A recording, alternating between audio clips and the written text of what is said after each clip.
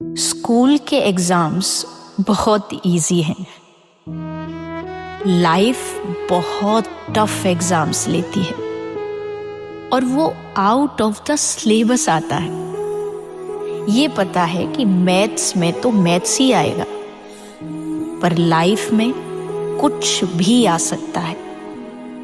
यहाँ बस्ते का बोझ उतना भारी नहीं होता जितना आगे जिम्मेदारियों का बोझ भारी होता है।